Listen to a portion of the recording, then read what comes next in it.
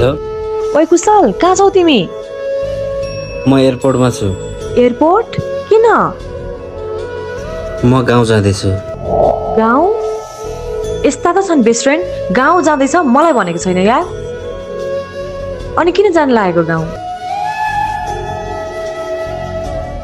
हे भगवान, जसरी हजुरको कृपाले मैले कलेज सकिने बित्तिकै जब पाएँ, त्यसै गरी अब एउटा कुरा मात्र माग्छु।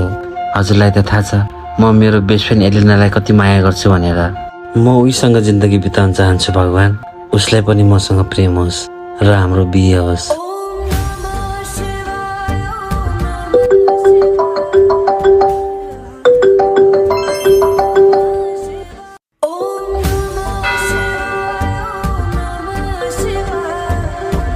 हेलो कुशल कहाँ हो तिमी?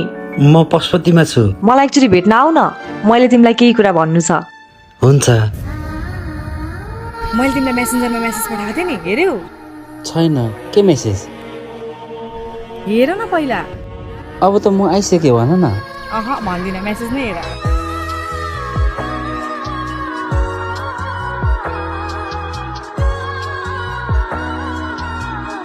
आम्मामा कति लामो मेसेज हो?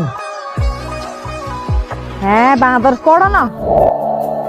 जिन्दगीमा फर्स्ट टाइम मलाई कोही मान्छे मन पर्यो, जुन मान्छेलाई मैले फर्स्ट टाइम कलेजमा इन्टरभलमा टेबल टेनिस खेल्दा देखेको थिएँ।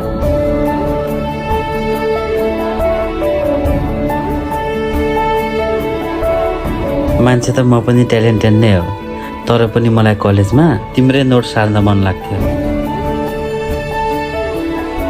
तिमीलाई मेरो माया लागोस् भनेर जानी जानी टिचरको कुटाइ खान्थे। शनिबारको बिदा कटाउन मलाई एक जुनी काटेको जस्तै लाग्थ्यो।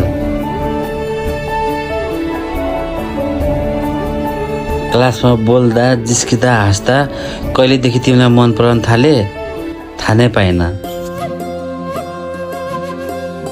मलाई मुखले भन्न कहिले नै आएन, तर यो मनले हमेसा तिमीलाई माया गरिराख्थ्यो।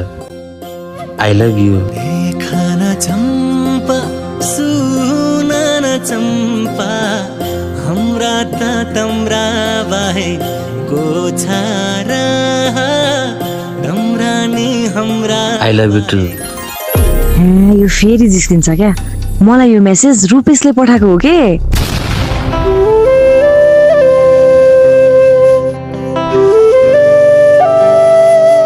रुपेश? मैले तिमीलाई पहिला नै भनेको थिइनँ मलाई रुपेश राम्रो लाग्छ भनेर। तिमीलाई थाहा छ आज